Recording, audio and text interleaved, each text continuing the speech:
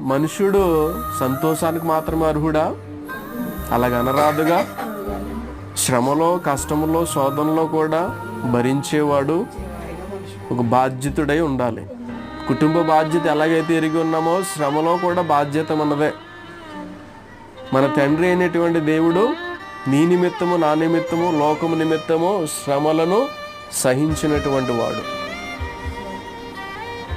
ఎప్పుడైతే నువ్వు శ్రమలను అంగీకరిస్తావో నువ్వు దేవుని కుమారుడు అనబడుతున్నావు.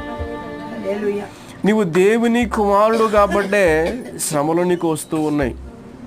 శ్రమ వచ్చినప్పుడు నువ్వు కృంగిన ఎడల చేతకాని వాడిని ఒగుతావట.